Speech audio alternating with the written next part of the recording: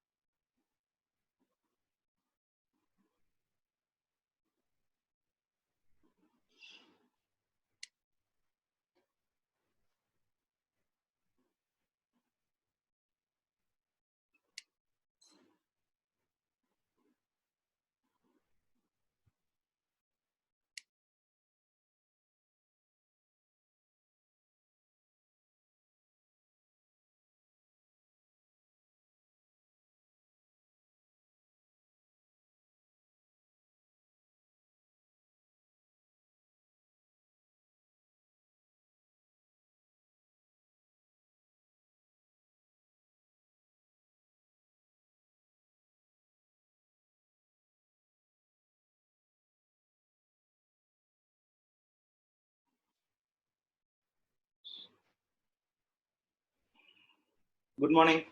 Welcome back to today's discussion. In our last class, we have made our discussions relating to the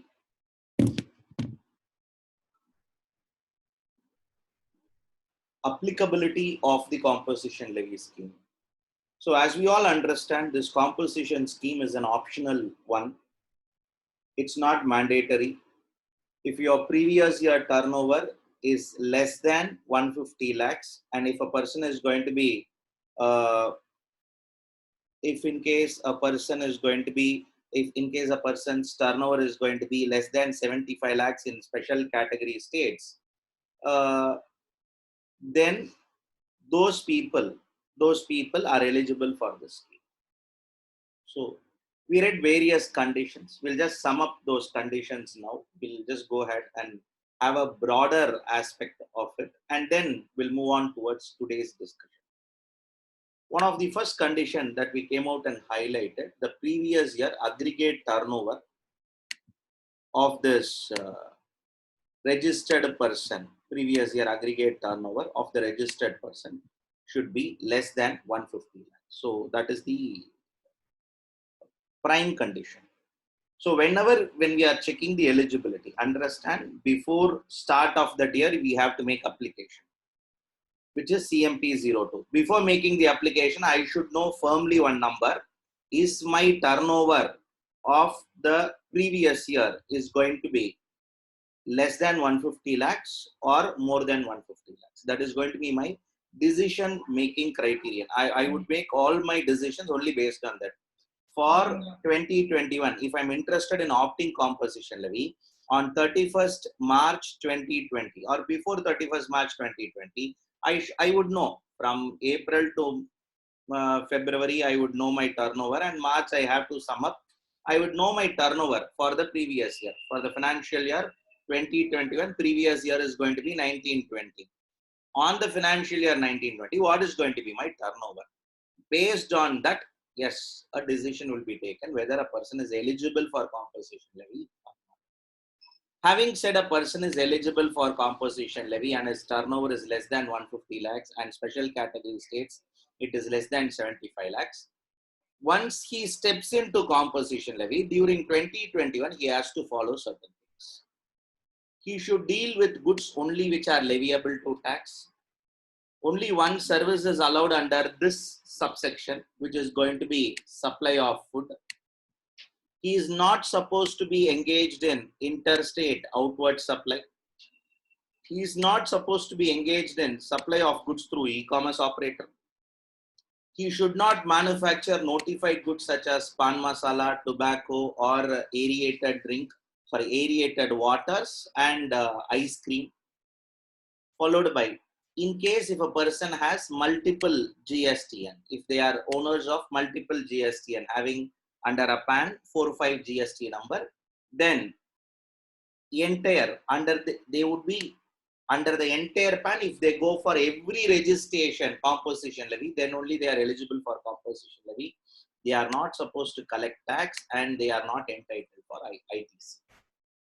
So when a person satisfy all these conditions, then only he is eligible for composition levy. In elaborate, we have discussed all these conditions in our earlier session.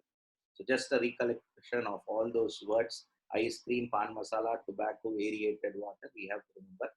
What are those special category states? Yes, again, we have discussed on our earlier discussion. At a later point in time, you can take note of this, specific states.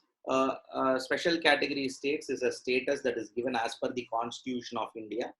In that, Assam has relinquished, we will not be considered for the purpose of GST for composition levy special category states.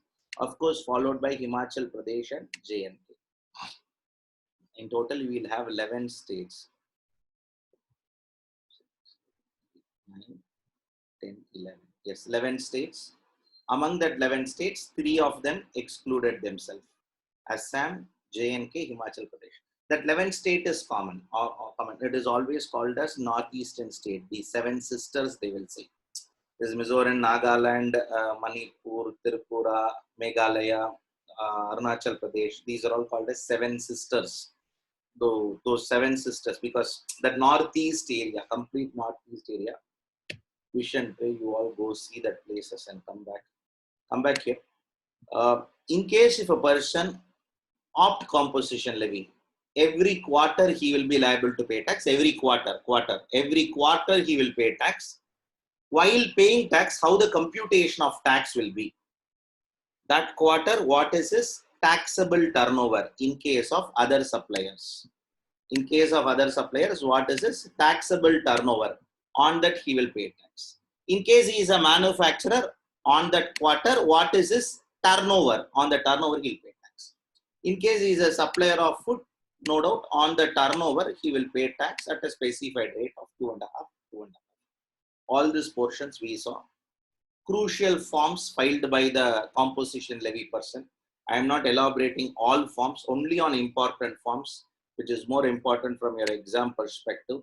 Form GST CMP02. As I earlier mentioned, don't get carried away by the 60 days. When it is shared to you, it will be corrected and shared to you.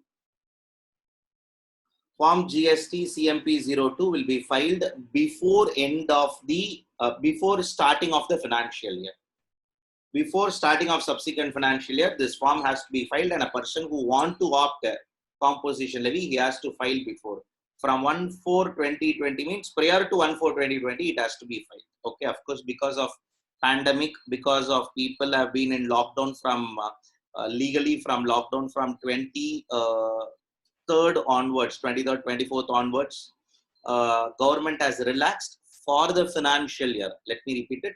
For the financial year 2021 alone, government has relaxed till 30th of June. But that relaxation is not for every year, only for the financial year 2021. So this year alone, instead of filing it before 31st March 2020, if you even file it before 36/2020, it will be allowed. But in any case, all this is over. As of today, everything is history. But just be aware, only. You have a proviso which will come out and say, only for the financial year 2021 alone, it is allowed like this. But otherwise, sir, just discuss me from a 2021-22 perspective. 21-22 perspective, you should file it before 31st March 2021, financial year 2021. Before 2021, 31st March, you should have made an application relating to it. Once I file the application, it would be generally the suo motu approval. The system will verify whether your previous year turnover is less than 150 lakhs if you are already a registered person. And if you are a new person, then there are certain other formalities. But generally, a existing person alone will opt a CMP02 route. A new person will not opt a CMP02 route. A new person, when he take registration itself, he will select composition levy and steps in. Maybe this could be a very important point to you. Composition levy by an existing person he can enter in only at the start of the financial year. Exit, we are not talking. Entry, a person, a registered person who is already registered with GST can opt composition levy only at the beginning of financial year. Only. Sir, can't he go in between? No, he cannot go. Sir, I am a new person. Today only I am starting business. As of today, it is mid of October 2020. Today only I am starting my business. When you are starting business today, and if you want to take registration today, and if you want to opt composition levy while making an application for registration, say you will opt composition levy. Let me repeat. Say you opt composition levy and take a registration. So the government is very clear. In between, only new person can come in. Existing person only at the start of the financial year can take up composition levy. Coming back here, moving forward from CMP02, I am not pressing on other forms. CMP04 straight away. Not CMP03 also, because it's again a little form which is now not much in force, not relevant. CMP04. When a person withdraw from the composition levy, from the scheme, when he is moved, when he crosses the threshold, he is not eligible, he want to get out. Either it can be voluntarily he is coming out, or he crosses the prescribed limits. Because of that reason, he comes out. Whatever be the reason, CMP04, he would file and he will get out of the composition levy scheme. Followed by, if the officer finds out that a person actually is ineligible for composition levy, but by fraud, by collusion, by misstatement, he is opting composition levy, then the officer will issue form CMP05. Let me repeat it. If a person by some collusion, fraud or anything, if a person opt composition levy, then the officer is very clear. Officer will issue a notice under CMP05. From the date of issue of notice, very popularly called as show cause notice, SCN. Okay. From the date of issue of notice, within 15 days, reply to that show cause notice has to be made. Generally, all show cause notice will come with a time limit. Sometimes 7 days, sometimes 15 days, sometimes 30 days. There are only 3 time limits available generally in the GST law for replying. Some reply you have to give in 7 days. Some replies you have to give in 15 days. Some reply you have to give in 30 days. Again and again, you will come across reply only this 3. Now you are learning for composition levy. Officer scans a person book. He has 2 registrations. One in Maharashtra, one in Tamil Nadu, under a same PAN. In Maharashtra, he does a turnover of 100 lakhs. In Tamil Nadu, he does a turnover of 30 lakhs. No doubt, on a plain reading, he is eligible. But unfortunately, there is a movement of goods from Maharashtra to Tamil Nadu. Let me remind you, when it comes to composition levy, he should not be engaged in interstate outward supply. Unfortunately, this comes to the notice of the officer. Officer sees there are some movement of goods from Maharashtra to Tamil Nadu. Sir, how officer will come to know? There are various other collaborative documents. Somehow the officer comes to know. Now the officer fundamentally questions that from the records available with this office is of the view that you are not eligible for composition levy and you will be liable to higher rate of taxes. We request you to come and produce documents and evidence why our understanding is correct. Y understanding is correct or not correct. So for this, a show cause notice will be issued in CMP 05, for which a reply has to be filed by the assessee in a form called as CMP 06 from the date of submission of reply. Let me repeat. From the date of submission of reply, within a period of 30 days, a final order should be passed by the officer in a format called as CMP 07. 2, 4, 5, 6, 7, and your CMP 08. Very important forms.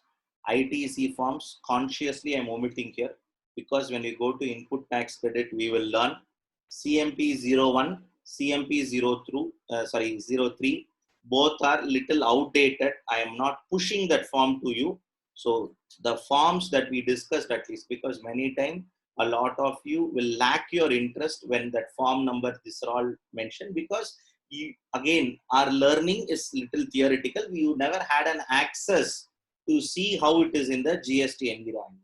You never had a clientele-based exposure. The moment you have a clientele-based exposure on this, you will not speak like this. It becomes part of it. Okay, yeah, I understand. Yeah, I understand. Yes, this is like this. This is like this. So the moment you see through it, it becomes easy. Until you practically have a hands-on experience, it will be little theory based only, but don't get carried away. Many times those farm numbers, time limits, purpose are the testing factors. Farm number, time limit, purpose. All three are testing factors. Make yourself comfortable. CMP 08, consciously I'm keeping it aside because we will take it up sometime little later. Getting into today's discussion. Certain other additional conditions. What are those additional conditions, sir? First of the additional condition, which is, of course, there in the main condition also, but once again, they want to repeat. A casual taxable person and a non-resident taxable person is not eligible for composition. A casual taxable person and a non-resident taxable person are not eligible for composition. Now the question before us is, casual taxable person means? Casual taxable person. Who is casual taxable person? Who is non-resident taxable person? Have you read these words?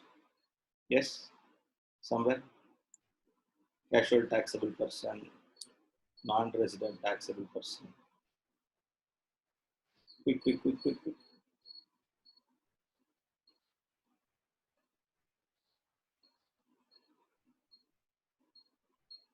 The one who sell goods or provide services. Non-resident taxable person means he is in India for a period less than 180 days. No. No. Okay, I'll rephrase it. Have you discussed first of all? Do you able to remember that? Have you discussed or not? A casual taxable person and a non-resident person. Quick.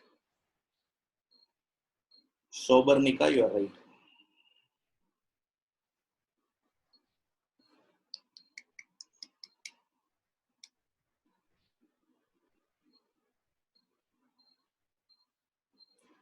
Harish Narayanan, can you complete that last part?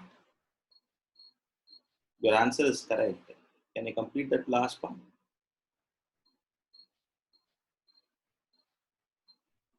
Naveen, same. Can you complete that last part?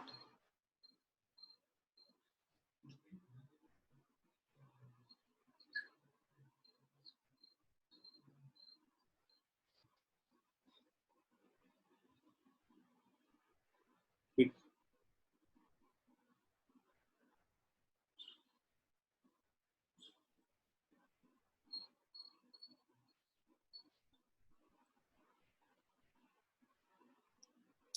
Quick. Yes.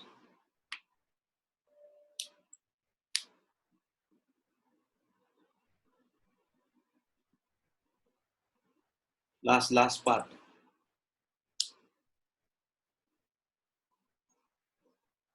Dina through for NRTP. We're all agreeing that we read somewhere. Hmm? In fact, two words are important. Casual taxable person, non-resident taxable person, both of them are going to be occasionally involved in doing transactions of business. Occasionally they do business, but casual taxable person will not have a fixed place of business in that state. Whereas a non-resident taxable person will not have a fixed place of business or residence in India. If a fellow does not have a place of business or residence in India, he is called as non-resident taxable person. A person does not have a fixed place of business in that state, but he occasionally supply goods, occasionally supply services. It would be treated as casual taxable person. So that is how that discussion happens. So coming back here, points for our further discussion is, when it comes to your casual taxable person or non-resident taxable person, on that both the ground, casual taxable person is something like he is a person living in Andhra Pradesh, comes to Tamil Nadu, want to participate in a business exhibition. In Tamil Nadu, he is not having a fixed place of business. No doubt he'll be turned out to be a casual taxable person. Somebody comes from Sri Lanka, want to participate in a trade exhibition, and he is also occasionally going to engage in supply of goods or supply of services. He does not have a residence in India and he does not have a place of business in India. Then you call it as non-resident taxable person. When we discuss the definitions, I have highlighted these two definitions are important after discussing the term called as taxable person. Any person liable to get themselves registered or any registered person would be treated as a taxable person. Taxable person, casual taxable person, non-resident taxable person are important definition from exam and reference perspectives. As a definition, it will be picked up. Simply as a definition. Leave it, we will cross-reference it in 3 chapters. First chapter is this, another 2 places we will cross-reference it. In 3 different places, we will cross-reference it. But for that itself, apart from that, irrespective of that, this is a topic by itself becomes important. Coming back here, getting into our discussion, goods held in stock. Whatever goods they have held in stock, as on the appointed day, are not a interstate or a branch transfer stock, imported stock, unregistered person stock. Kindly understand, this itself is a old decision. Goods held in stock as on appointed day. Sir, what do we mean by appointed day? 1st April 2017 is called as appointed day. The day in which GST got implemented, we call it as appointed day. The definition itself, there is a separate definition for it. Goods held in stock as on appointed day are not a branch transferred stock, not a interstate supply stock, not a imported stock, not a unregistered person stock.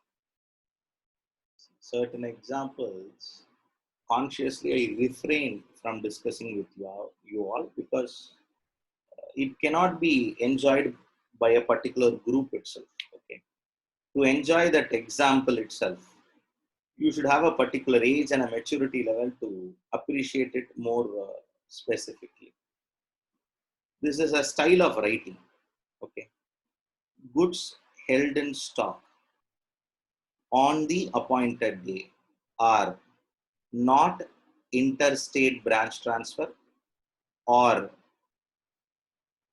interstate supply or branch transfer or imported purchases or unregistered purchases. I'll ask one other question. Then the goods with me as stock on the appointed day, 1/7/2017, our stocks should be of what? If this 3 it is not there, what? Stocks can come only in 4 ways. Domestically purchased stock, in that state purchased stock, domestic, that state stock. Stock goods purchased from other state, we call it as interstate supply. Or goods comes from your own branch, which is called as branch transfer, or head office also called as branch transfer.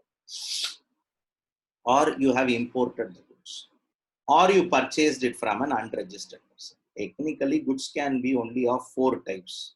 Domestic you will have two splits: interstate or intra local stock. When your stock cannot be when your stock cannot be purchased from other state, imported, unregistered. So which means idea is manufactured in that state and procured by you, or somebody has imported and sold it to you. At the end of the day, it's a domestically procured stock, or domestically manufactured and then subsequently sold to you. A stock purchased in the domestic market. If you would have wrote that, all of us will understand. Goods held in stock as on appointed day are stocks purchased within the state. Can you able to understand this? Goods held in stock as on appointed day are stock purchased within the state from a registered person. Matter ends there. All of us will understand. Unfortunately, beautiful writing style. Okay, where your stock should not be interstate, your stock should not be branch transfer, your stock should not be import purchases, your stock should not be unregistered person. Why? I'll share only one experience. Maybe a lot of you will appreciate this fact after when we discuss reverse charge only. In reverse charge, you could able to remember that there is a services by director. One of our client is paying salary to the director. Erroneously, it was considered by the service tax department that it is a service provided by the director. We came out and told him, no, it is a salary paid to director. Salary, how it is today, not a supply. Similarly, earlier, it is not a service. I went to the Joint Commissioner, explained to the Joint Commissioner that understand this is 24 lakhs. It's a salary paid to the Managing Director. See here Form 16 of the respective person, and see here the employment contract. See here the income tax return of the individual. See my balance sheet. I would have shown this as director remuneration. The genuine question raised by the officer: see, in your balance sheet, there is a heading called as salary. There is a heading called as director remuneration. You are marking it in director remuneration. That is why we treat this as a service. I told, agreed. As per Schedule 3 of Companies Act 2013, it has to be disclosed like this only. It's a disclosure requirement. That is form over substance you have to go. Okay, this is a form in which it is presented. The core substance is it's a salary paid to director. And because this is a private limited company, there is no need of independent director. Because there is no independent director, we don't pay any sitting fee to the director. All are only salary. That gentleman got convinced, asked me to prepare a brief note and submit on next day. He also cautioned me that morning he has a meeting with his commissioner that would get completed by in somehow mid of the day, and post lunch only he will report to office. So he asked me to come by 3:30 to his office. I agreed for that. and the day in which we are speaking is the last day to pass the order. Many of you will think, what do you mean by orders, sir? Come on, understand. When a notice is issued, when a notice is issued, you are asked to submit your views. Once you submitted your views, a final order should come. That final order can be favorable to you. The final order can be against you. If the final order is favorable to you, you will stop. If the final order is against you, you have to proceed further. So point for our discussion is, there would be possibility. Here also it is a case where a notice was issued, and for that notice we made our submissions. The officer asked for additional documents, for which one more round of submissions we have to make. We went and submitted some more information. He cautioned me before coming to me, ensure I'm in office. He also graciously shared his handtel number. So I made a note of it. And he cautioned me, check with my office and then start from your office. I called at 2:30 the respective secretary of the Joint Commissioner. The lady picked up and told, no, JC is still in meeting, he never came. Again, at 3:30, I once again called. That lady with a little higher decibel told me, sir, that gentleman never came. If he comes, I will say. The third time I called, she banged on the phone itself. So I understood I should not call henceforth. Straight away called the JC. Called her, sir, I'm so and so. I would like to discuss with you for 2 minutes. He picked up. Yes, Mr. Ganesh. There was a sudden change in my program, and as I'm traveling day after tomorrow, I have came shopping with my father-in-law's only daughter. I have came to shopping with my father-in-law's only daughter. What should I understand?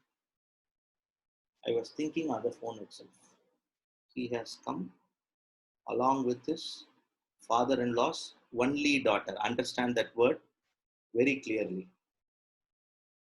Link with your entry. Goods held in stock as on appointed day are not. Directly they will not speak. If you would have told that I came to shopping along with my wife, I would have kept quiet. I have came with my father-in-law's only daughter. How, to what precision he is clarity in his communication. If he came with his father-in-law's daughter also, I should doubt him.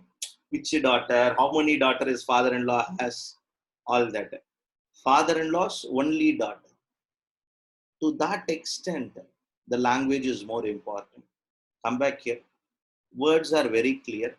In fact, they have negatively worded here. They are trying and coming out and saying that it should not be a interstate stock.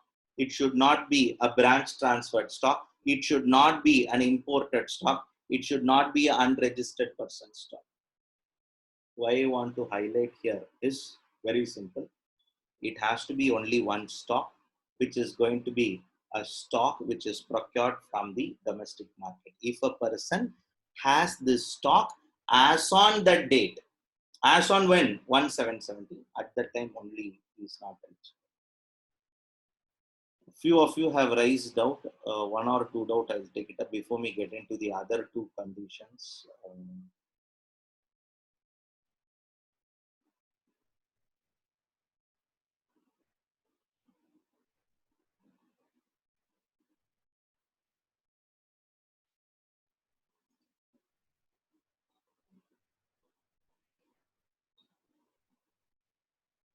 Issue of order, meaning of it when it comes to CMP01, Shreya Varshini has raised a point.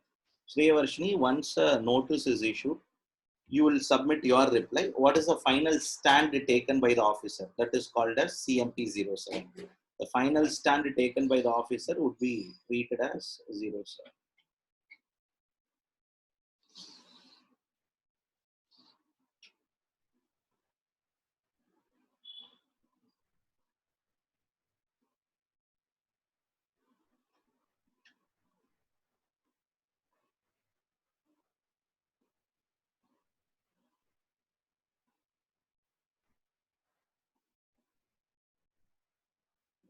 Srinivasan, in CMP03 form, if we see that they have mentioned to furnish details of goods received from unregistered person, but here they are of a different view that it should not be as such. Where it is not, I don't understand, Srinivasan. Your question, I am unable to understand it. Yes. Yes, Srinivasan. Sure. Sure. In CMP 03, if we see that they are asking us to furnish the details of stock, including the stock which has been received from an unregistered person. Correct? Correct. Sure. And then here the conditions they have mentioned that goods held in stock as on appointed day should not include a stock received from unregistered person. Correct. அது ரெண்டுத்துக்கும் என்ன sir கான்ட்ரடிக்டரியா இருக்குன்ற எனக்கு ஒரு feel இருக்கு. அதுதான் sir நான் கேட்டேன்.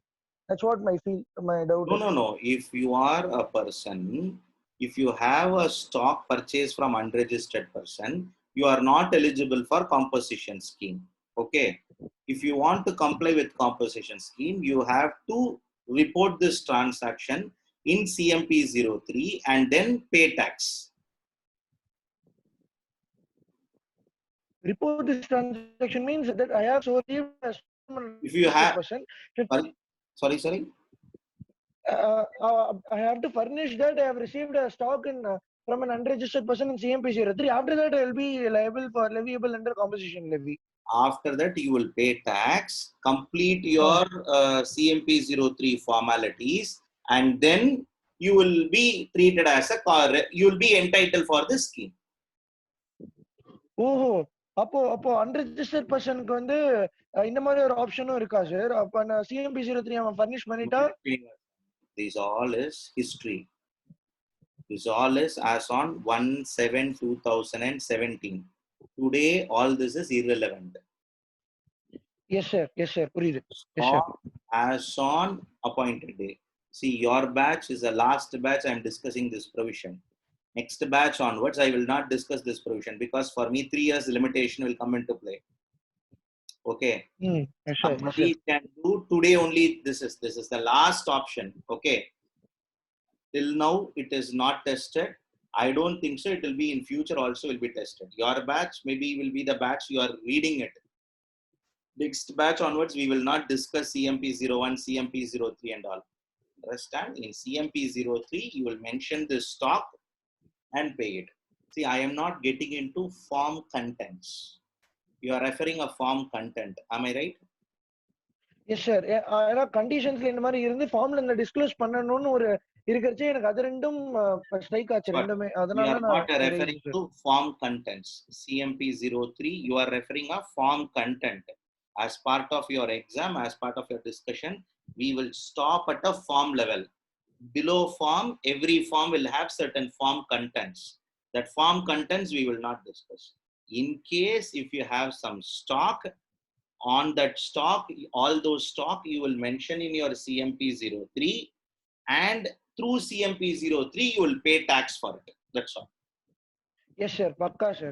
And one small when all this will happen, 1/7/2017 or 16 yes, sir. after 1/7/2017, or after a little relaxation from 31/3/2018 within 180 days. Okay. So you have some extra facilities and all given by government. So on a regular note, this will not. Yes sir, clear sir. And one small clarification sir. First point la interstate transfer or it should not be a branch transfer irukanga. Even branches which are located within the same state, that should also not be included. Correct sir? ஒரே ஸ்டேட்ல இப்போ ஒரு head ஆபீஸும் இருக்கு, பிரான்ச்சஸும் ஒரே ஸ்டேட்ல ஒரு 8 branch வச்சிருந்தாங்கன்னா அதுவுமே கூட இன்க்ளூட் ஆகாது இல்ல சார்? அதுக்குள்ள இருக்கிற சப்ளைஸும். Here we are not referring of that transaction. We are only referring of transaction that happened before implementing GST. Yes sir. As on appointed day means 1/7/2017. The stock that you have on the hand as on 1/7/2017 should not be a stock which is interstate branch transfer. Branch transfer means only from other states. Within the state, you will not in a very great way, you will not call it as with importance as a branch transfer within the meaning here. Not under general note. Within the meaning that is expected here, it is not covered. Clear, sir. Clear, sir. It is Yes, a sir. interstate supply or a sale or an interstate branch transfer. Yes, sir. Pakka, sir. Yes, sir. Thank you, sir. The person who opt composition levy, that person should be a person who opt composition levy. That person should mention that he is a composition taxable person on every bill that is issued by him, on all the notices and on the signboard. The signboard, on the notice, and on every place, on all bills, he has to mention that he is a person liable for, he is a composition taxable person. That becomes mandatory. Plus, though section 10 would start with a overriding effect, notwithstanding anything contained in the act. It starts with overriding effect, but section 10 is subject to section 9.3 and 9.4, which means if there is a reverse charge liability, a most important point, if in case there is a reverse charge liability, let's say a composition person pays a advocate fee, let's say a composition person pays a transportation charges, on those reverse charges, no doubt the composition person is liable to pay tax under reverse charge. Section 10 is leviable to reverse charge. Section 10, though you can be a composition levy person paying tax at concessional rate of tax, but if you pay to an advocate under reverse charge, you will pay tax. In case if you pay to a freight under reverse charge, you will pay tax. So when it comes to reverse charge liability, that liability will count. 2 points, actually only 1 point is here, one more point I will share. No fresh intimation for every year. Once you filed an intimation with the GST authority, it will be keep on carried forward next year until you breach it. Until somebody fails to satisfy, until somebody breach the conditions, the scheme, composition levy scheme will continue. Again, one declaration is sufficient for the entire registration. If they have 5 registration, 6 registration, 3 registration, more than one within the same PAN number, for all that only one filing of CMP02 is sufficient. Can you able to appreciate this discussion? If they have one head office and 8 branches, under any one GSTN, if they file a CMP02, that would be sufficient for them to comply with everything. So automatically every state will become into composition. Those are all your conditions. Some subsequent amendments. Take care of all these amendments. All amendments are important. This amendment comes into effect from 1st February 2019. This amendment comes into effect from 1st February 2019. This amendment comes into effect from 1st April 2019. This amendment comes into effect from 1st April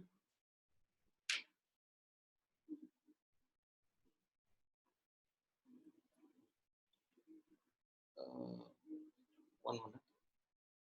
Aggregate turnover is not 19, 18 I believe. 1st April 19. Okay.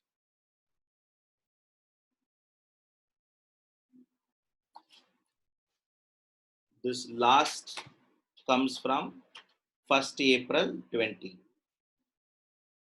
1 to 2018, 1 to 2008, 1 to 2019, 1 to 2019, 1/4/2019, and the last one, 1/4/2020.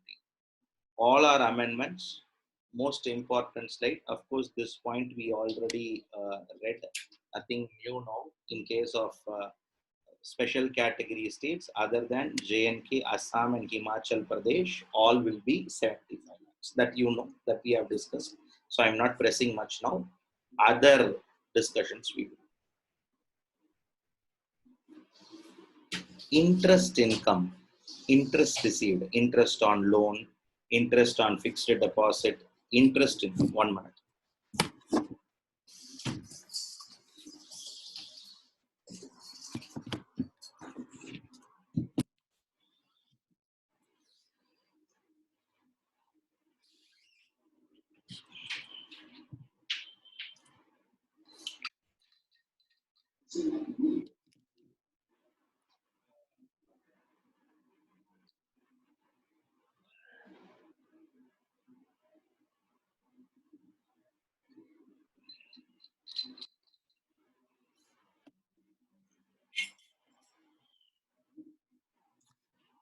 Interest on loan, interest on fixed deposits, interest on any advances, all interest received is a exempted supply of service. Remember, interest received under GST is an exempted supply of services. A doubt came. It is mentioned in the condition that supplier should be engaged only in one supply of service, which is supply of food. In case an assessee earns an income 85 lakhs of taxable supply, 15 lakhs of exempted supply, plus 5 lakhs of interest income, how much is aggregate turnover would be considered for the purpose of applicability of composition levy? How much is turnover of state will be considered for the purpose of payment of tax?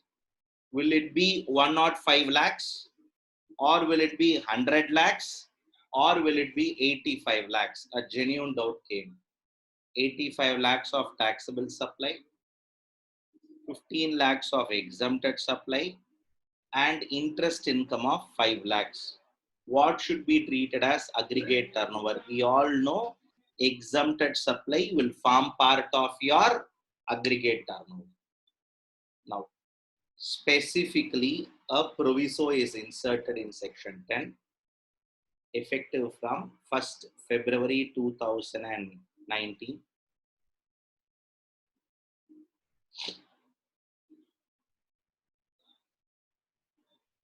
Saying that 1st February 2019, saying that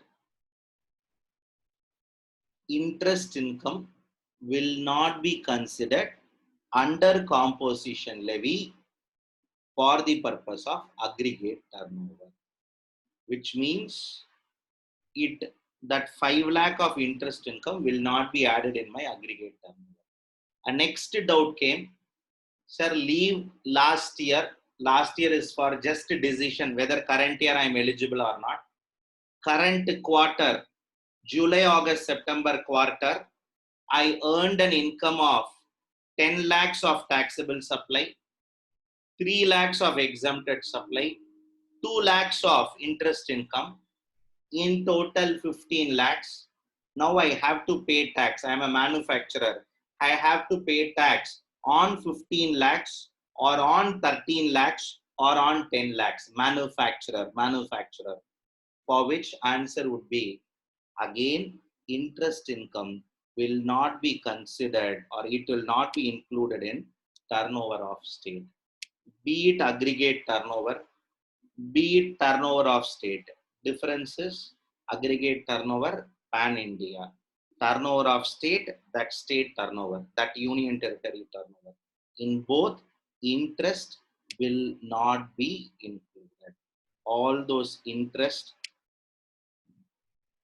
received will not be included. A very minute point. Carefully we have to remember. Carefully we have to remember and exclude interest from the aggregate turnover only for the purpose of composition levy. This is not a general discussion. Only for composition levy there is a provision. True? Yes. Moving forward from here, some of you typed some answers. I want to check one more. Yes, Sumit Jain has answered 13 lakhs. Correct. It is only on 13 lakhs we will pay tax. Similarly, only 100 lakhs will be considered as your what is it, value of aggregate turnover. Both your Sumit and Avinash has answered when it comes to that. Coming back here, moving forward from this point, getting into another point, again a crucial point. Every point here are important. Generally, it is told a supplier can be engaged only in one kind of supply of service, which is going to be supply of food. I'll give you a live example of one of our small time client. You think about it and you recommend us whether he should go for composition levy or he should not go for composition levy. I'll put in this way: instead of going for composition levy and not going for composition levy, is he eligible for composition levy or ineligible for composition levy? You are going to decide associated. Coming back here, this person is a person who deals in HV motor and LV motor, high volt motor and low volt motor. High volt motor, all those big motors which are sucked from the greenfield water below some 200, 300 feet. LV motor are regular motor that are available in our house, which pumps water from the bore of 60 feet, 80 feet, less than 100 feet. So that's all is the motor space, 120, 140 and all. If you want to suck water in a very big pipe, then you should have a high volt motor, HV motor. Small pipe only for consumption purposes, usage purposes, regular utility usage purposes, then it is going to be your LV motor is sufficient. He will buy HV LV motor from various manufacturers and sell them. He does a turnover of 60 lakhs, 60 lakhs. Apart from that, if a person calls in and say him, sir, my motor is not working, he goes, check that, do some repair activity. Sometimes motor spare parts need to be changed. Sometimes there is something called as inside a motor coil. Okay, that coil has to be winded. He earns a little service income of 3 lakh rupees. Okay, 3 lakh rupees income, service income he earns. 60 lakhs of taxable supply, 3 lakhs of service income. The question before you is he eligible for composition levy? From the learning, whatever we discussed, I will discuss something new. From the learning, what we have made as of now, his previous year turnover is 60 lakhs, not 60 lakhs, his previous year turnover is 50 lakhs. Current year, he does a turnover of 60 lakhs and he is also interested in doing a service income. Max service income will be 3 lakh rupees or 4 lakh rupees. So worst come worst, sir. Worst come worst, his service income will be 4.5 lakh rupees. Will he be eligible for composition levy or he is not eligible?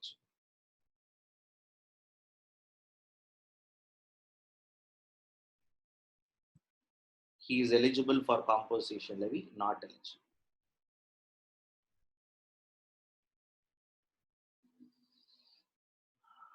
Srinivasan, how eligible? Check.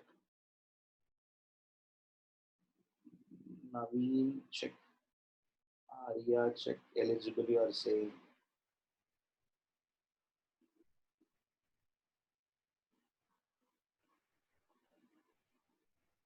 Karthik Narayanan, good, nice answer.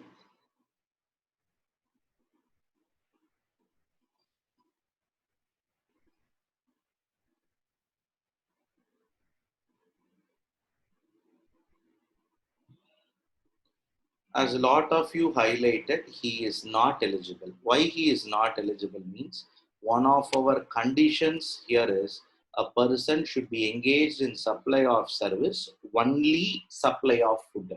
He cannot be engaged in any supply of services. Law prohibits. Because of that reason, many small-time assessee went and pleaded to government. Kindly give us some threshold.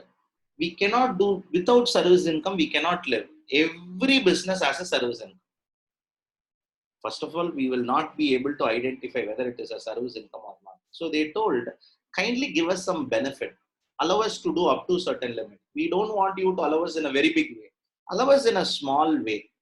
Government understood that problem. Every business will have a service income and told, okay, if you are a composition levy person, we will allow you to do services up to rupees 5 lakhs or 10% of your value of supply of previous financial year. Understand that word is missing there. 10% of value of supply of previous financial year. Last year, what was your aggregate turnover? Sir, last year my aggregate turnover is 60 lakhs, sir. 60 lakhs into 10%, 6 lakhs. 5 lakhs or 6 lakhs of this two, whichever is higher. Sir, last year my turnover is 30 lakhs, sir. 30 lakhs into 10%, 3 lakhs.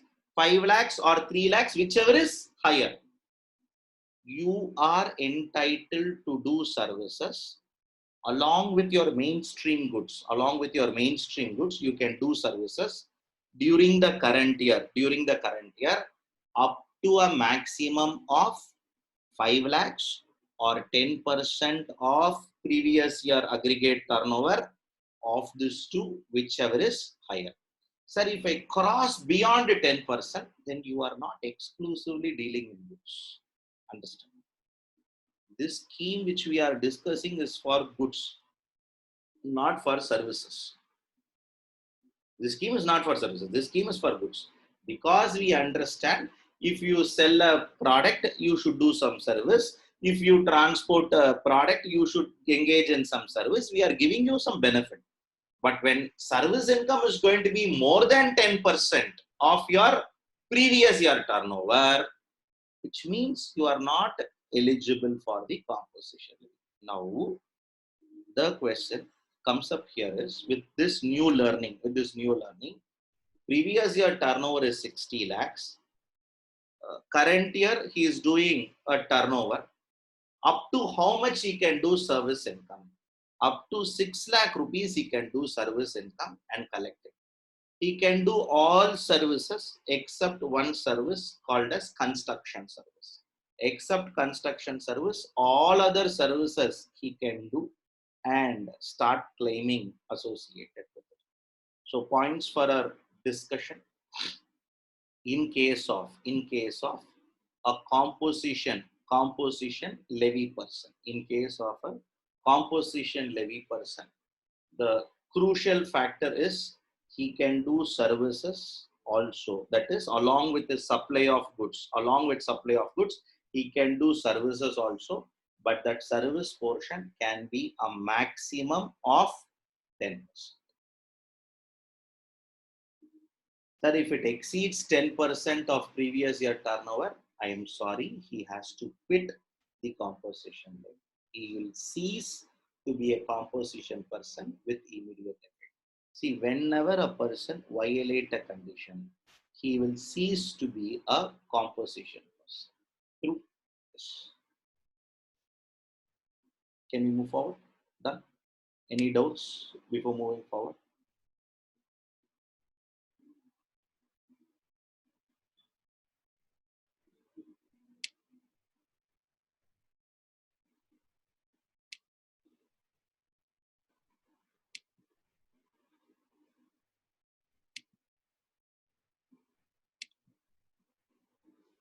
Ram, what is that?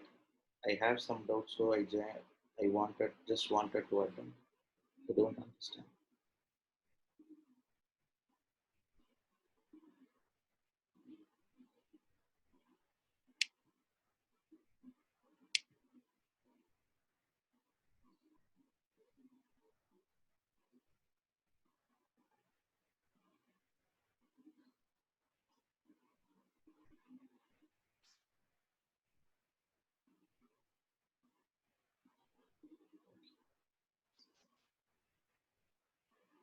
Turnover of state means that state turnover. What is the state turnover? In that state, what is, if a company has 4 5 state operation, every state turnover, Maharashtra turnover, Andhra Pradesh turnover, Karnataka turnover, including both taxable and exempted supply, including any export if you did from there, that will also get added over. Aggregate turnover, pan India, state turnover, that state turnover. That is.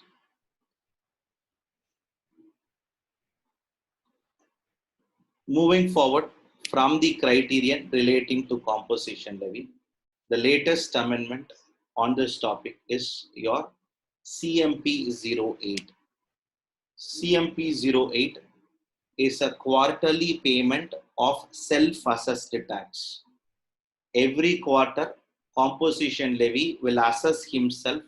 If he is a manufacturer, he will go and search that quarter how much goods he has manufactured. On the total turnover, he will pay tax half. If he is a supplier of food, on the total turnover, he will pay two and a half. If in case other suppliers like trader, if he is, then on the total turnover, he will segregate into taxable and exempted. Only on the taxable turnover, he will pay tax. Self-declaration, self-filing of Form CMP 08 is a quarterly self-assessed payment of tax system where he has to make payment within, he has to file this return before 18th day from end of quarter. Before 18th day from end of quarter, this form has to be filed, which means April, May, June, July 18th, July to September, October 18th, October to December, January 18th, January to March, April 18th. Before 18th day from the end of quarter, a form called as CMP 08, which is a self-assessed payment of tax form.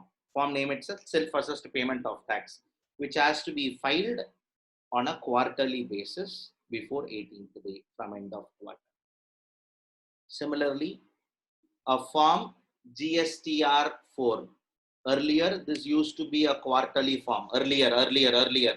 From financial year 1920, it became annual form.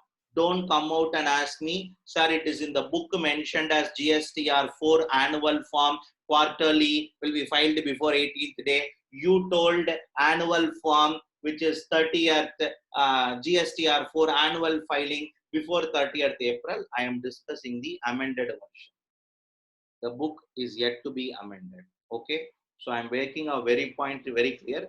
If there is a contradiction, meaning thereby the law position would have been changed. Maybe book takes a little more time for updation. Here we have to update and give you, we have no other option. So that is the reason for change. If you're going to raise some doubts like this, do enough homework and come back. Okay. Otherwise, my answer would be a simplest answer like this. Dear, it is an amendment. That's all. So don't compare and start coming up with conclusions. Which is right? What should I go? I already told. What is discussed in the class is always sufficient for you from an exam perspective, and it is sufficient enough. So coming back here, two forms. CMP 08 will be a quarterly statement, payment of tax statement will be filed before 18th day from the end of quarter. Similarly, GSTR 4 is a annual filing of return will be done before 30th April from the end of the financial year. For the financial year 2021, it has to be filed before 30th April. Of course, this due date got extended to 31st August and further extended now to 31st November. 30th November. So that extension and all will be there. You don't be bothered. Sir, do I need to remember that extension also? What is there in the law alone you learn? Law says 4 will be filed before end of 30th April. Because of pandemic, it has got extended. That is an exceptional discussion. That does not, see, many times understand many dates of 3B, many dates of return will get extended. You don't be bothered about what is the extended due date relevant for the current period and all. You understand what is the genuine time limit given in the law. That is what is tested in exam. Getting into the last part of our discussion, which is a composition levy scheme eligible in case of a service provider. A service provider is eligible for the composition levy. Now, after a lot of fighting, service providers pleaded to government, see what mistake we did. For goods alone, you are giving composition. That too, if a goods fellow does some small services, although you are given some limit and all allowing them, we are all service providers. For service providers also, you should give that scheme no. They went and pleaded. Government at last told, okay, for service providers also will give, but with a different turnover limit. If the aggregate turnover of a service provider does not exceed 50 lakhs,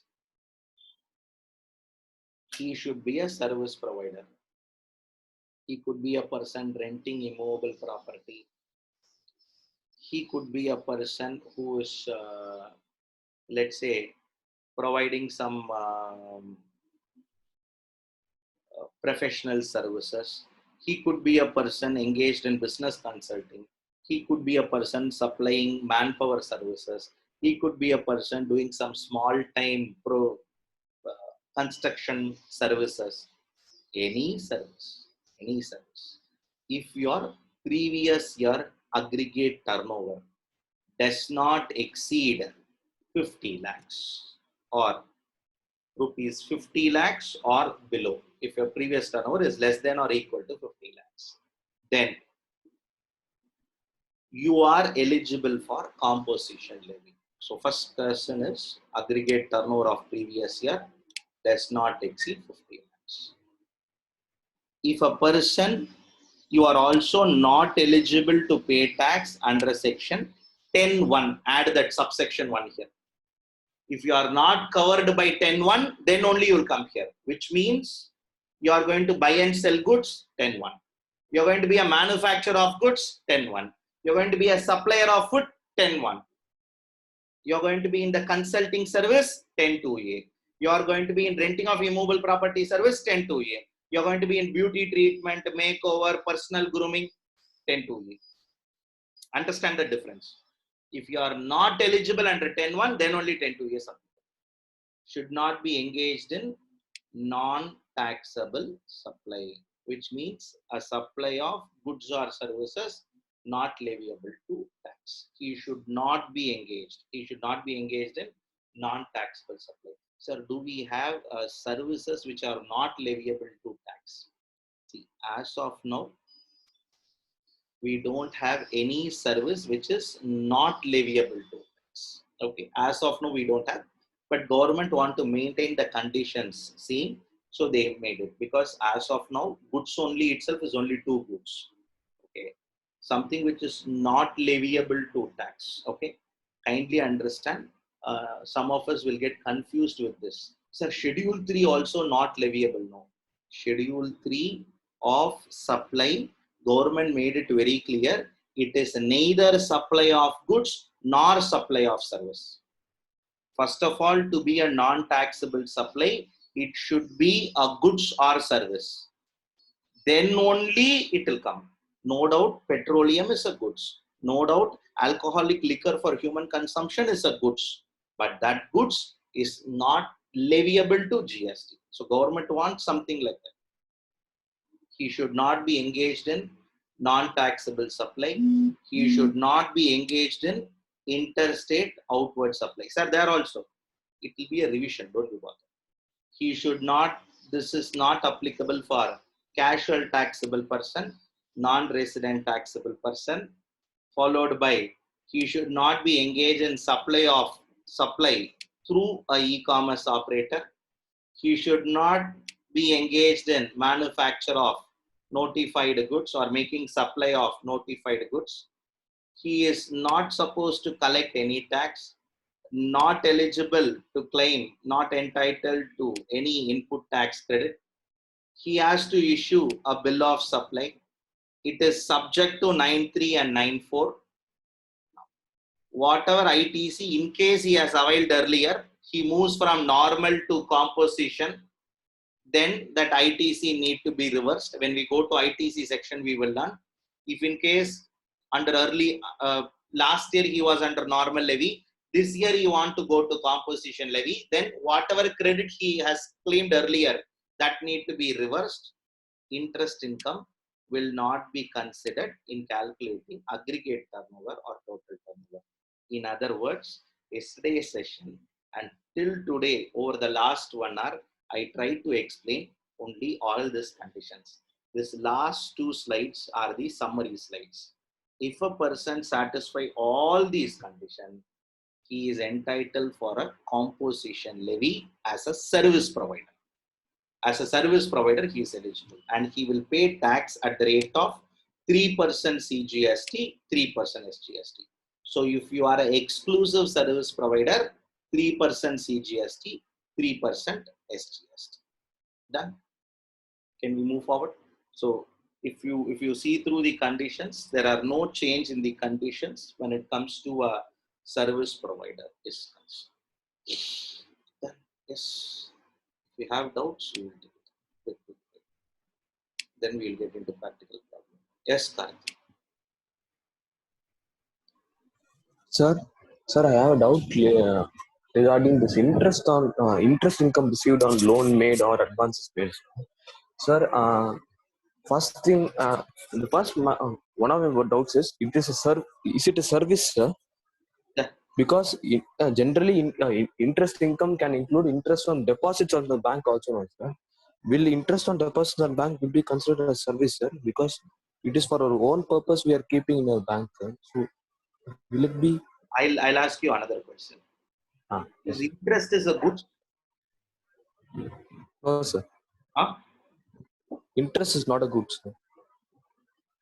Then anything other than goods is what? Service. If you have a doubt, go to 252 and 2102. 252 Yes, defines goods. Goods means something which is every kind of movable property. GST will define in a very simple way. Okay. Yes, sir. Service means anything other than goods, money, and security. Okay. Yes, sir. Interest is, I don't think so, it's money. I don't think so, it's security. Okay. And you yourself has confirmed it is what? Not goods. Then it Yes, becomes. Service, sir. So once it became a service, sir, in the third point which we saw, sir, the person who is eligible for composition levy should engage in providing services relating to supply of food only, sir. Correct. So in this case, if interest income is considered as a service, means is violating that provision, no, sir. So now, it is the new amendment. 1 minute. Now read the second point. This point. Interest received by taxable person will not be included in aggregate turnover or turnover of the state. So specifically, that will not be included in your turnover. Okay. Yes, and sir. This is excluded. It is not considered that you are engaged in a service. Yes, sir. Now clear, sir. That was your problem, no? So your problem, yes, sir. Sir, I get 40 lakh rupees as turnover plus 10 lakh rupees as income, and I surpass that all thresholds that I have. Interest income will not be considered at all. So since it is not included in aggregate turnover, it is like he has not even made any service of. Okay, sir. Yes. Now clear, sir. Thank you, sir.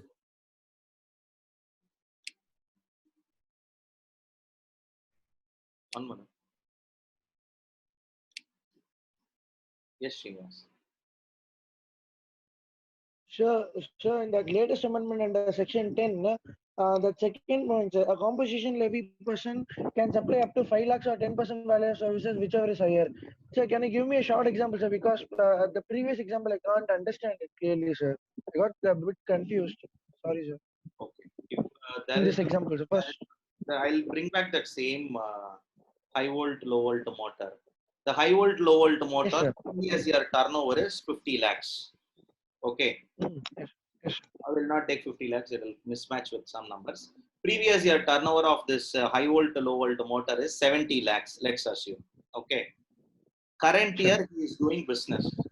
In the current year, he is doing business. Now he is in the third quarter of the business. As of third quarter, his turnover stands at 80 lakh rupees of taxable supply. He sold the goods and 4 lakh rupees of service income. Okay. Yes, sir. 4 lakh rupees of service income. The question before us is, can he still continue composition levy or he is violating composition levy?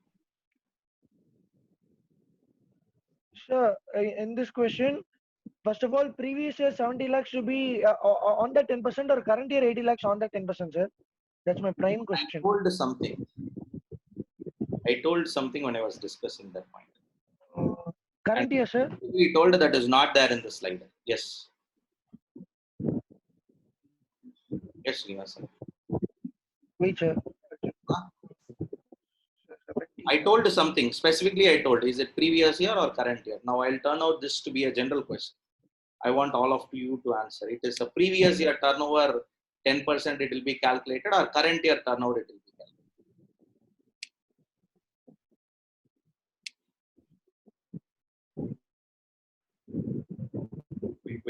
Quick. Sir, I think previous year turnover, sir. Yes, it's going to be your previous year. A simple. Previous year turnover, sir. The whole discussion goes, that's all. In case of your previous year turnover, in your previous year turnover, it will be considered. That's all. Beyond that, nothing. So, previous year turnover. Yes, sir. Previous year turnover 70 lakhs means? 70 lakhs into 10%. Yes, sir. Continue. 7 lakhs. Which so means 7 lakhs. you can do services up to rupees 7 lakhs. Sir, if I do beyond, what will happen? Nothing will happen. You will cease to be a composition person with immediate effect. Can you able to understand? You will. Yes, sir. You are all thinking with, if I fail the condition, he will be allowed. No. Whenever a person fails the condition, he will cease to be a person, cease to be a composition levy person with immediate effect. If today he crossed 7,10,000, next minute he is thrown out of the scheme. When he thrown out of the scheme, he has to go to what? Normal levy. Pay regular rate of tax. Comply with normally. Can you able to understand this logics? Yes, sir. Clearly. Yes, sir. Then this 7 lakhs, if he crosses, he won't be eligible. He will be thrown out. What will happen for a 70 lakh supply of goods, sir? For that also, he won't be eligible, sir. Entirely, he will be shifted to normal levy. Yeah? See, normal levy means you will pay tax at regular rate of tax, sir. I don't understand. Yes, sir. Normal levy. Yes, sir. I'll make it clear, sir. Composition levy is a scheme, sir. Srinivasan, composition levy is a scheme. When you are thrown out of the scheme, you are thrown out completely. No. When is a partial throwout? Goods alone, I will be here, service there. Either here or there. That's all. There is no question. That's what my question, sir. Yes, sir. This or that. Either normal levy or composition levy. Composition levy will come with all conditions. Idea is, to the extent possible, it should go and reach only beneficial people. Done? Yes, sir. Now clear, sir. Yes, sir. Now clear, sir. That's it. Yes, sir. Thank you, sir. Thank you. Sushmita, one more. Ishwar, you are on cue. Yes, Sushmita. Sir, so you are saying that, so if in middle they breach that they are not eligible for the composition levy, they will come to the normal levy. So if after a year or so, if they want to come again to the composition levy, they can do it by filing a fresh intimation, right, sir? Beginning of the financial year. Again, for that, previous year turnover should be less than 150 lakhs. Again, same provision will carry on. Okay, sir. So then one more doubt, sir. So a person. Sushmita, 1 minute. 1920, a turnover is less than 150 lakhs. They stepped into composition levy. They have been started doing the business in 2021. 2021 mid-September, they breached. They want to supply to Kerala. So they quitted this composition levy. Okay. Okay. Then they will be start doing business. Once again, they can revisit their decision during 2021. Okay. Okay, sir. On 31st March 2021, they have to decide if they want to go to composition levy or normal levy. If they want to go, they should ensure their turnover. If they deal in goods less than 150 lakhs, deal in services other than food, it should be less than 50 lakhs. And they can once again step in, verbatim satisfy all the conditions. But that hip hop, they will not do regularly. If they do this hip hop regularly, what will happen to them is they are into other challenges. See, we are reading the first level of this discussion. There is a second level input tax credit. There is a third level compliance level, and there is a fourth level to this transaction. So as the days pass by, when you know the other conditions, you will come across a situation like this will not happen in business. Yes, sir. Okay, sir. Okay, sir. Then one last doubt, sir. A person is engaged in supply of goods and he's also a business consultant. So he cannot have benefit of the composition levy and 10.1 and 10.2A. He No, cannot. no. Either this or that. Okay. No. If he does, Okay, as sir. long as business consulting is less than 10% of his supply of goods, he can use 10.1. Okay. Or else he cannot use any composition levy, sir? No. As long as business consulting is less than 10% of his previous year turnover or rupees 5 lakhs, whichever is higher. Yes, sir. To that extent, he can use composition levy. Let's assume he deals in goods. He also deals in business consulting. Okay. Deals in goods 80 lakhs. Business consulting is 4 lakhs. He can opt 10.1. Understood? Yes, sir. Yes, sir. If in case his business consulting income comes during the year, comes up to let's say 12 lakh rupees, which means actual income is 12 lakhs, business income, consulting income is 12 lakhs. Previous year turnover is 80 lakhs. So maximum can be 5 or 8. As he breach 8, as he cross the 8 lakhs, automatically he'll come out of the composition level. He cannot say for the Okay, books I sir. will go under 10.1, for the service I will go under what? 10.2. No, not possible. To section 10.2. Yeah. No, it cannot be interpreted. Yes, sir. To a person. That is what this condition, that is why this condition is important. Read through this condition. Here I asked you to add 10.1. Okay. When you read, you have to read it with 10.1, I told. Because a person not eligible to pay tax under section 10.1. So if you are not covered by 10.1 only, you can come to 10.2. Yes, sir. Clear, sir. Ishwar. Sir? Sir? Hello, sir? Yes, you are audible. Sir, interest received from interest received by a non-taxable person is not included in annual aggregate turnover, no, sir. Interest received by a, is that non-taxable? Interest income, sir. Interest income. Interest income received by a Taxable person is not included in aggregate turnover. No. Yes, no, sir. What if the No. Interest income will be included in aggregate turnover. For the purpose of composition, it is not included. Sir, my doubt is, what if the person who is providing the service itself a financial institution, sir? His main source of income itself interest income. Okay. What about he will be come under the composition levy if his turnover is less than 150 lakhs, sir? No, I'll ask the next question. financial institution is engaged in supply of goods or supply of service? Supply of service. Huh? Supply of service. Now come back here. Yes. Then he has to use which section? 10.1 Section or 10.2a? 2A. Section 2. Section 2A. 10.2a, correct? Yes. Yes, sir. Then Yes, he sir. uses 10.2a. As long as previous year turnover is less than 50 lakhs, he would be able to use this. Okay. Once it crosses 50 lakhs, he will not be in a position. But his interest income is not included here. Because his interest income will not be considered for the purpose of calculation. That's all. Of aggregate turnover under this section. See, everything Okay, is sir. under this section. You cannot generalize this principle. Yeah. That is why I again and again repeat under this section, under this section, under this section. Because you cannot generalize certain things.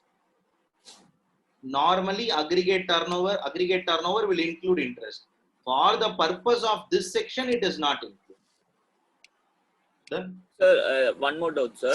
A financial institution who is doing providing giving loans to person, and his main source of income is interest income only. The interest income is more than 150 lakhs, sir.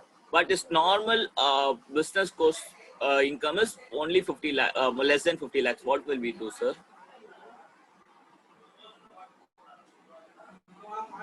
Uh,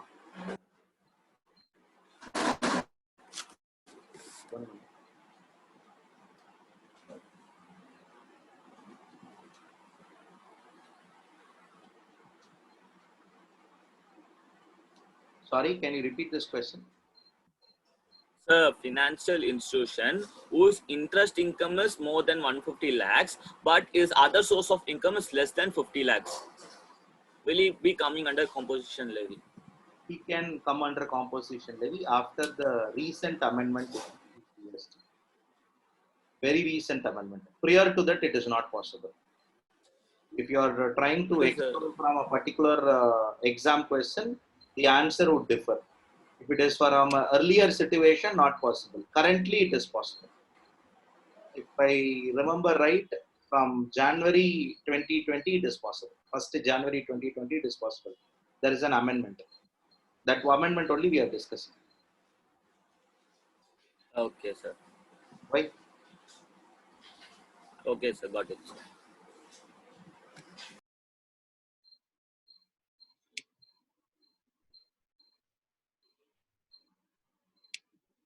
Ishwar, done. Karthik, you have doubt? Yes. Sir, the first point, sir, where we can provide service up to 5 lakhs or 10% of the previous year aggregate turnover, sir. So in this case, the supply need not be related to goods, sir.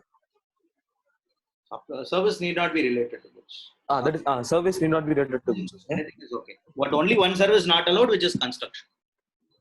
Yes, sir. So my next doubt is, sir. Now we discuss no business consulting. Yeah, yes, sir. Consulting service. So only I got this doubt, sir, because it was, No link. sir, my another no link. Okay. Sir. Any service. So my another doubt is, sir. My next doubt is, sir. For example, the supplier is engaged in two businesses. Like he is dealing in goods and is also dealing in consultancy service, sir. You said like if the consultancy service income does not exceed that criteria 5 lakhs or 10% of the previous average turnover, he can come under section 1, sir. Section 10, subsection 1. Correct. But can he, if the business income is more than that, he cannot go under section 2A, no, sir, because it specifically provides that only service providers can come under that section, no, sir. Yes. Yes. So you will be out of composition levy. No. See, you are all trying to merge things, which is generally not possible. See, as a lot of us are having a very little exposure to the business.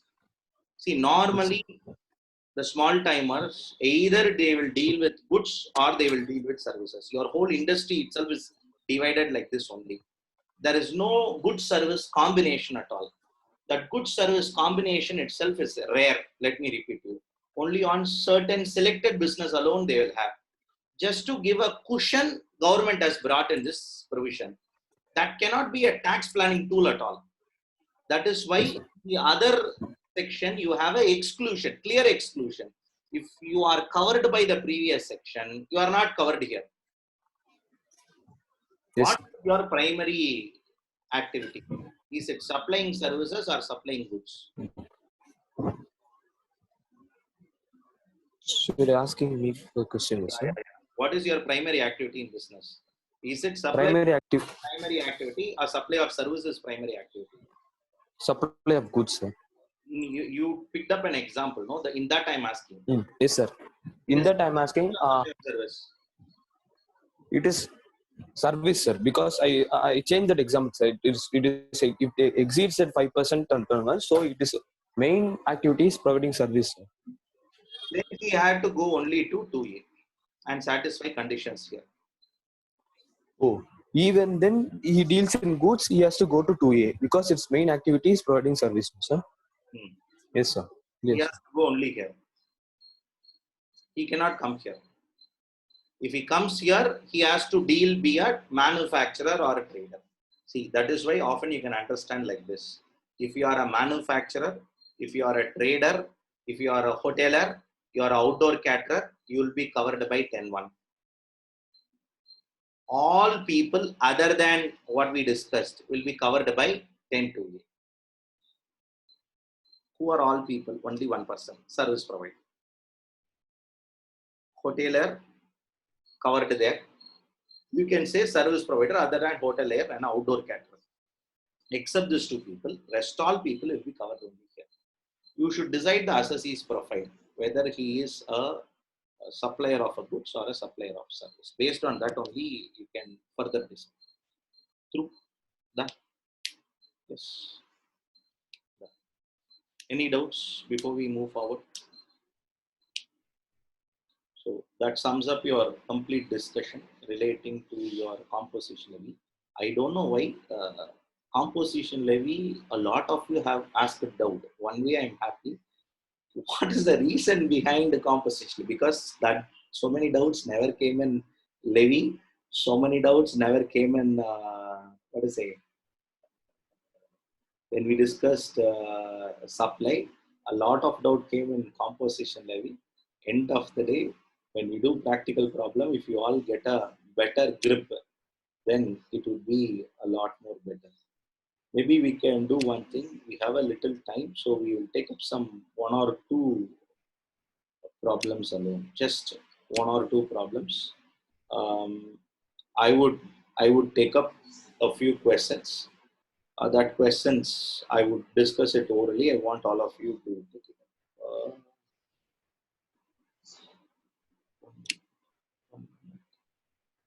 Instead, I have this document. I'll open the document. We will discuss that 15 MCQ.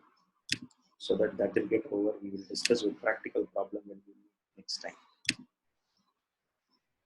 1 minute. This one.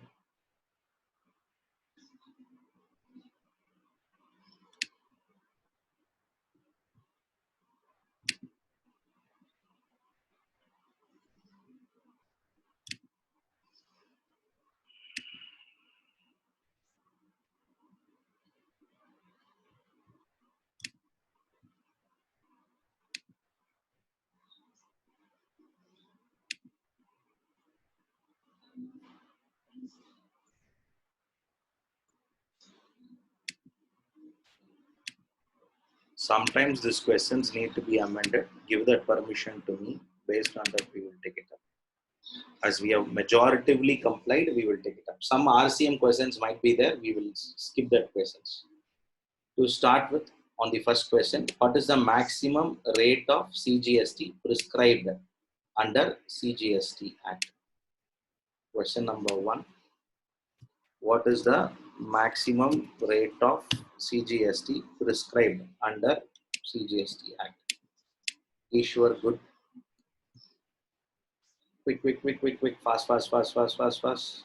See, this is the only way you conform to me. Srinivasan KC, check your answer. Sumit Jain, check your answer. Shushmita through, Vidya Shankar through, Sobarnika through. Quick.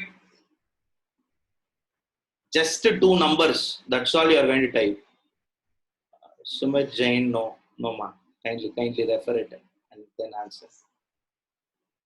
Check, check, check, check, check, check, check, check.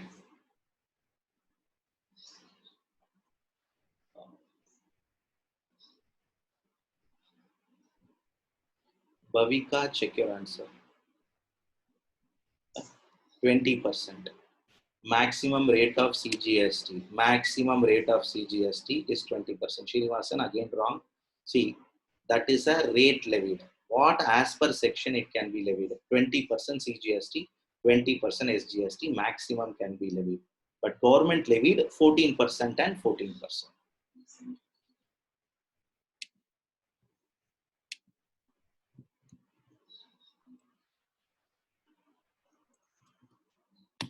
Question number 2. Which taxes are levied on intrastate supply? On intrastate supply, which taxes are levied? Quick, quick, quick, quick, quick. இதெல்லாம் ஒரு கேள்வி நான் கேக்குறேன், எக்ஸாம்ல வந்திருக்கு, நீங்களாம் பதில் சொல்றீங்க. Vidyashankar, quick quick quick. டக்குன்னு வராமா ஆன்சர்? கேள்வியை பார்த்தோன்னே சொல்ல வேணாமா? Quick. Avinash,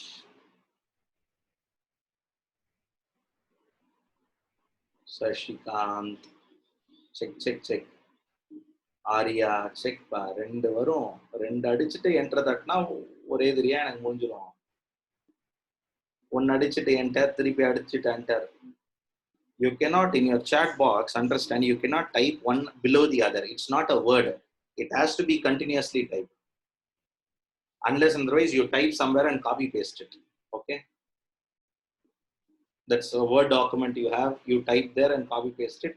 Maybe that is possible. Otherwise, CGST and SGST.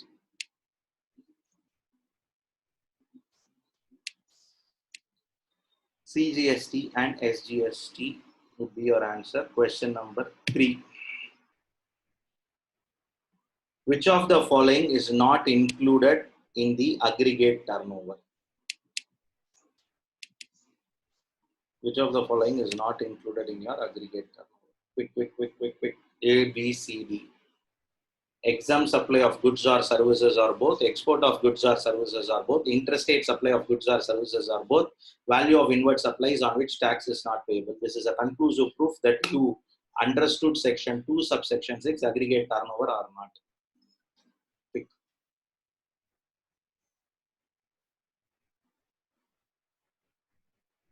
Sumit Jain, check your answer. Prithviraj, check your answer. Subhashni, check your answer. Deepa, check your answer.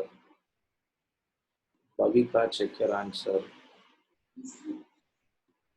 1, 2, 3, 4, 5, 6, 7, 8, 9, 10, 11. 11 people only answered out of closely 200. Very bad reporting.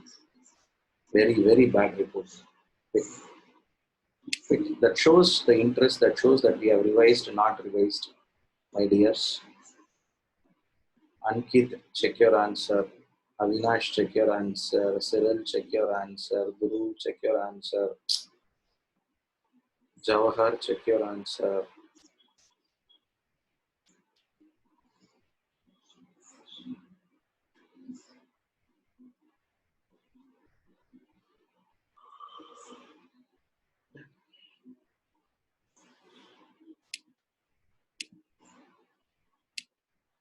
Value of inward supplies on which tax paid under reverse charge.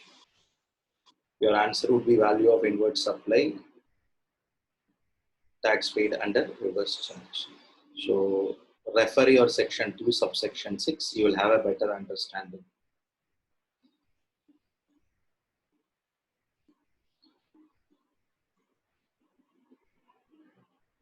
What is the threshold limit?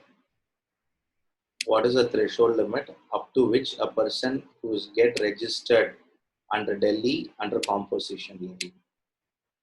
Under composition levy, what is the threshold limit? I want Dheeraj answer is wrong. I want an open answer. Sumit, perfect answer.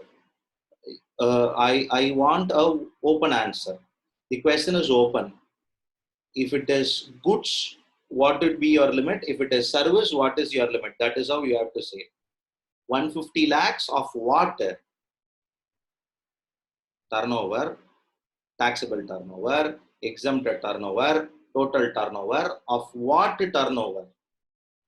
See, understand, when it is 150 lakhs, sometimes people will give 150 lakhs turnover, 150 lakhs taxable turnover, 150 lakhs exempted turnover, 150 lakhs another turnover. Come quick. Delhi, which is a union territory. Why Delhi is important? Because union territory. Quick. What is the threshold limit up to which a person can get registered under the composition scheme in Delhi?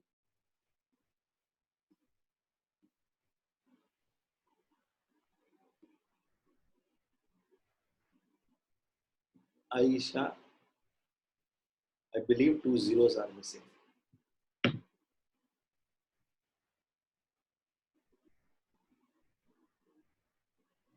No. Sorry. My mistake. Read it wrongly.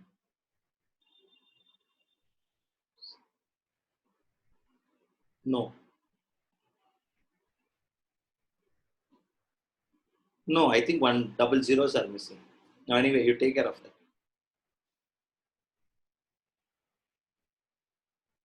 In case of goods, up to rupees 150 lakhs. In case of services, up to rupees 50 lakhs. If a turnover, if a person's threshold, previous year aggregate turnover.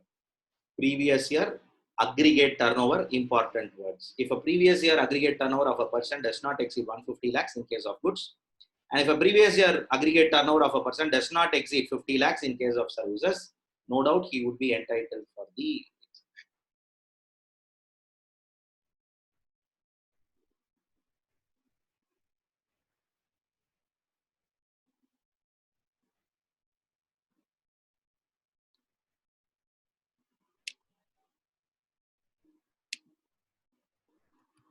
question number 4, where an assessee has 2 registrations and the aggregate turnover of the preceding year was rupees 120 lakhs, can he pay normal tax for one registration and a composition levy for the other registration?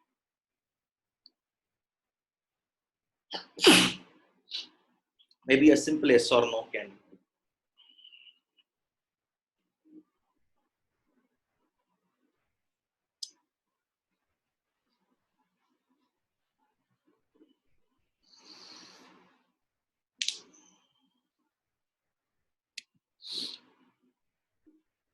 Sumit, yes. Sir, I got a doubt regarding that total turnover and aggregate regarding the taxable turnover. So how to remember that where it will be applicable? Is there any way Read for it. that? How to remember means you have to read it. Okay, sir. You remember, I mean, you can read it only by reading it 4 or 5 times, you can remember. It will include Okay, sure. turnover other than your what is it? Taxes and other than supplies on which tax payable under reverse tax. But for it, all the turnover will be included. My recommendation is 2.6. You have to read it once again. I think originally we discussed it very elaboratively. Maybe you would have made a note. You refer that, read through it. One of the important definition which will be repeated many times in exam. I mean, many times in Okay, sir. topic discussion. Okay.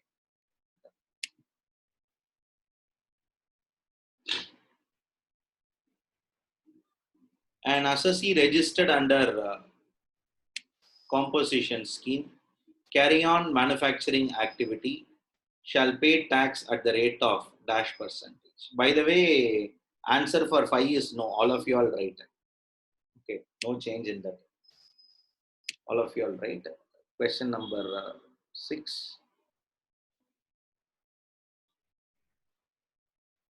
Assessee paying tax under composition scheme. Sorry, an assessee registered under composition scheme carrying on a manufacturing activity. Be clear in your answer. Manufacturing activity will pay a tax at the rate of manufacturing activity. So people who are all answer, be very clear with your answer. Manufacturing activity. Yes.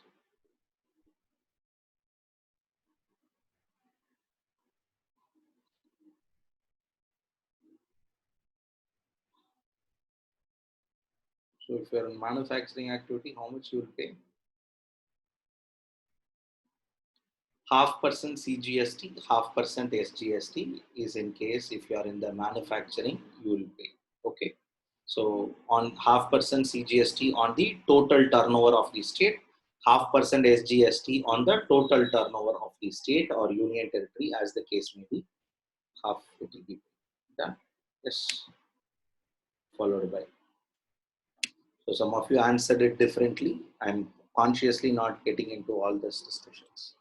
Some of you gave a wrong answer. I'm not taking up all that. Question 7. Which of the following is true for a composition taxpayer? Question number 7. Which of the following is true for a composition taxpayer? Pick.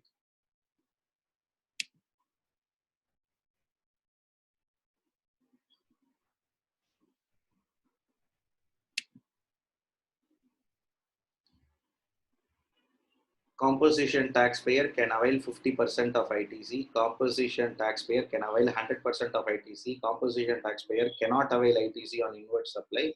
He can avail if tax is mentioned separately in invoice and register.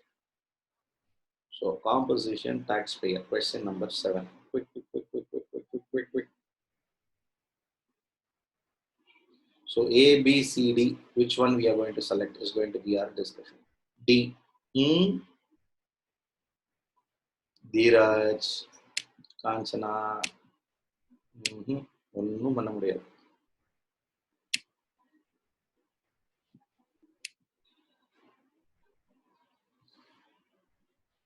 He cannot claim ITC. See, come on. Tax credit is not eligible is what we read. In any case.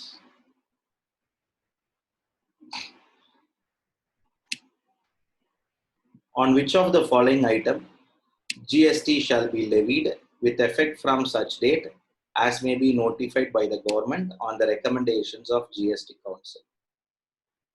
Question number 8. Question number 8. If this and all you make mistake, you know, you have to seriously. I am not finding. I am not saying because 6-7 of you already went wrong. Okay, consciously I am not calling name. I can give you only one landmark understanding. If you get a wrong answer here, seriously you have to go and revisit your discussions, because this is one discussion that we have made again and again. On which of the following items GST shall be levied with effect from such date as may be notified by the government on the recommendations of the council? Petroleum crude, alcoholic liquor for human consumption, both A and B.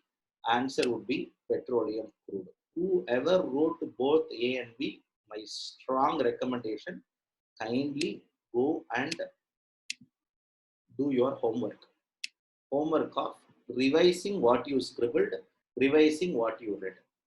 If you have come up with A, I am happy for you. If you have come up with C, I am sorry. A serious lack of revision is pending. And going forward, your topics are going to be intertwined like anything. Without knowing the earlier topic, without knowing the earlier discussion, the next discussion will go waste.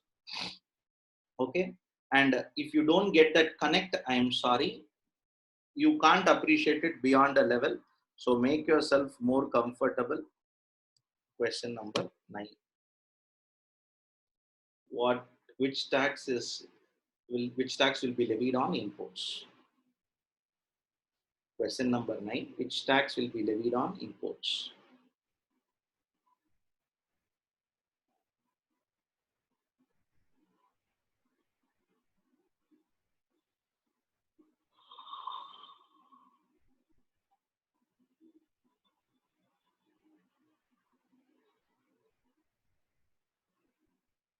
What is it only, Sumit?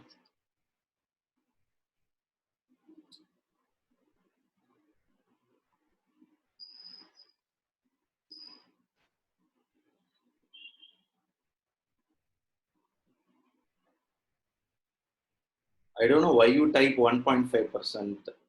Sumit, you are keep on typing something. We can't able to follow you. You should type only the correct answer and leave it to that. You should think from my end. When 70 of you, 80 of you type, my chat will run like anything. So if you keep on type something which we find if it is irrelevant, we will straight away ignore. Only relevant if you type, we can able to read it. You suddenly type 1.5%, you suddenly type it's only, then you type something else. Don't know. Typo error. Okay.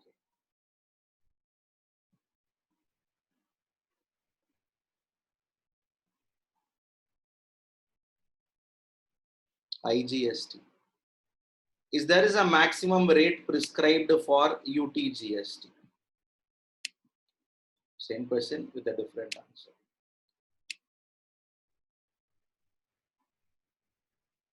Maximum rate prescribed for UTGST. Question is very clear. Only UTGST.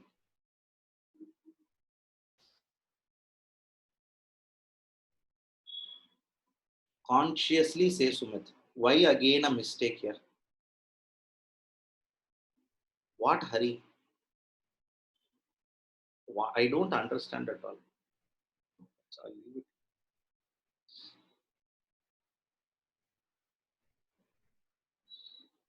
Quick. CGST, SGST, UTGST. Provisions are same. Sections are same. So maximum rate will be 20%. 20%. Gauri, not 28%, 20%. Let me repeat, 28 and all. Aisha, again 28, you're all going. 28 is 14. So maximum rate we are talking, UTGST maximum rate will be 20%. CGST 20%, SGST 20%. IGST alone maximum rate 40%.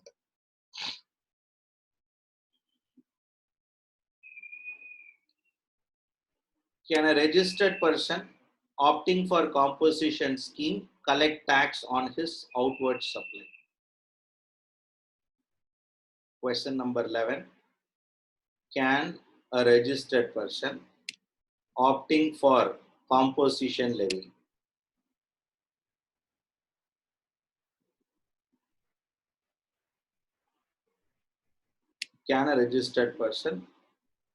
opting for composition levy can collect tax on his outward supply?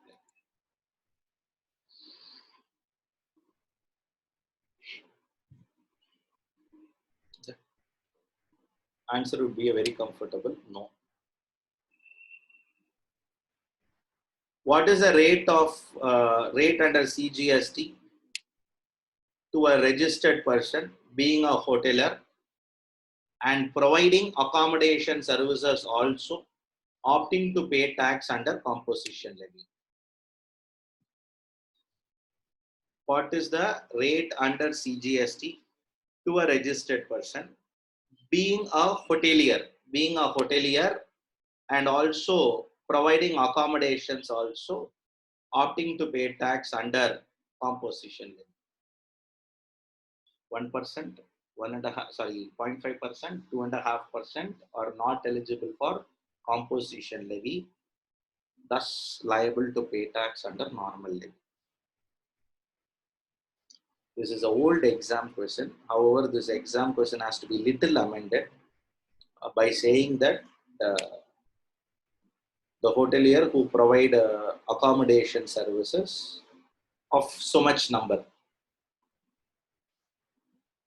60 lakhs, 70 lakhs, some number like that, 50 lakhs, some number like that.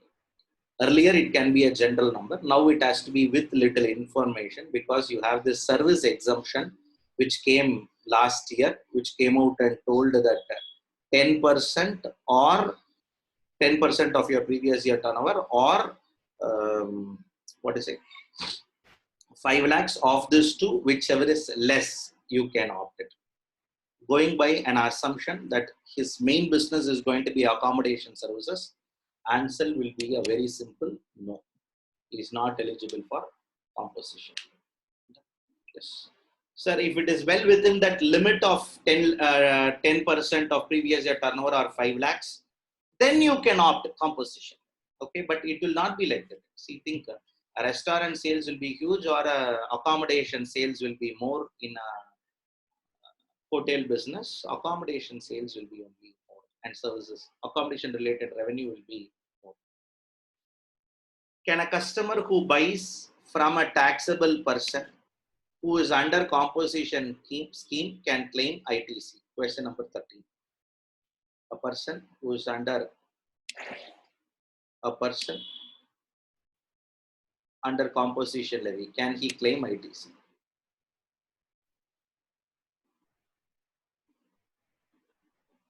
A, B, C. Answer would be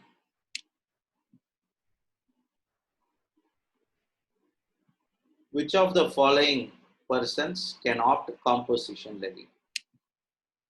Question number 14. Which of the following person can opt composition levy? I am now on question number 14. Which of the persons can opt composition levy? Person, any person making any supply of goods which are not leviable to tax under the Act. Person making any interstate outward supply of goods. Person effecting supply of goods through e-commerce operator. None of the above. Quick.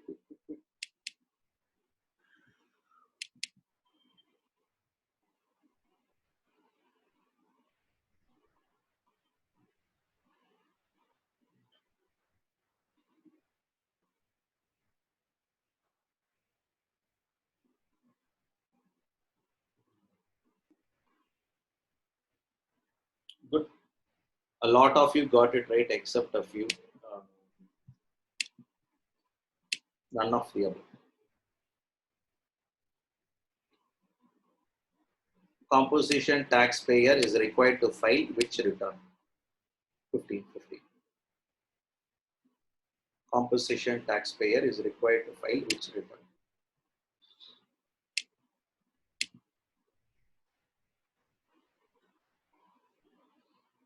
Yeah. What return to be filed by composition taxpayer? Some CMP, no? Form CMP.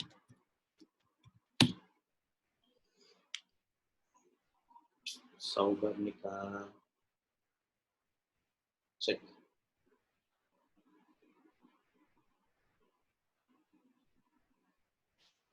Sumit, you are raising question to me because last session you were unable to attend as you expressed. You refer somebody contents, then you will be able to answer.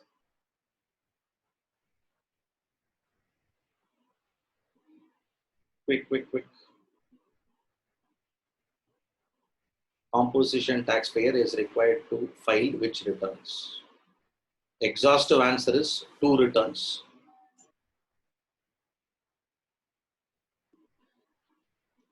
CMP 08 on a quarterly basis before 18th day from end of quarter. GSTR 4 on annual basis before 30th April of next financial year. 2 returns has to be filed. CMP 08 before this date. GSTR 4 before this date. Along with the date, along with the form number, we have to remember. Yeah. So this sums up your discussion relating to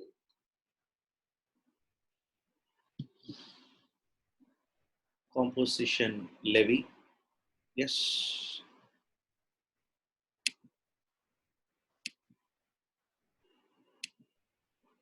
Thank you all for effective and patient listening. Thank you.